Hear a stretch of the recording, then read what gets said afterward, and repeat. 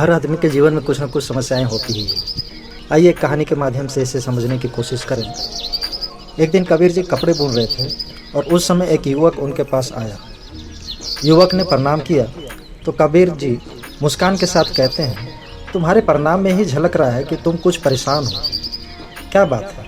युवक बोला, मेरी गृहस्थी में बहुत कलह है। मेरी पत्नी और मेरे बीच बिल्कुल भी तालमेल नहीं है। हमारी बिल्कुल नहीं बनती है।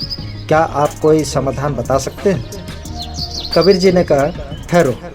उन्होंने अपनी पत्नी लोई को आवाज़ लगाई और कहा, एक लालटेन लेकर आओ और जला कर लाना।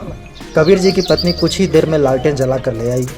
युवक ने सोचा कि अभी दोपहर का समय है। इन्होंने लालटेन मंगाई और इनकी पत्नी ने चुपचाप लाकर रख दी, कोई बहस नहीं की। कबीर जी ने फिर अपनी पत्नी से कहा, इनके लिए कुछ मीठा ले आओ। कबीर जी की पत्नी मीठे की जगह नमकीन रखकर चली गई। उस युवक ने कबीर जी से पूछा, ये आप क्या कर रहे हैं? कबीर जी बोले, जलती हुई लालटेन देखकर तुम चौंक गए, लेकिन मेरी पत्नी बहस किए बिना लाकर रख गई। मैंने मीठा बुलवाया तो वह नमकीन लाकर रख गई, तो उससे झगड़ा नहीं किया। मैंने ये सोचा कि हो सकता है कि घर में मीठा ना हो, इसलिए वह नमकीन लेकर आई।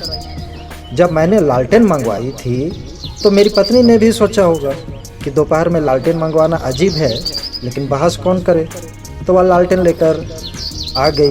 घर परिवार में पति पत्नी को धैर्य रखना चाहिए और बहस से बचना चाहिए। वैवाहिक जीवन में छोटी बड़ी बातें होती ही रहती, उस समय धैर्य रखना चाहिए, बहस से बचना चाहिए। तुरंत अचानक से कोई प्रतिक्रिया नहीं करना चाहिए।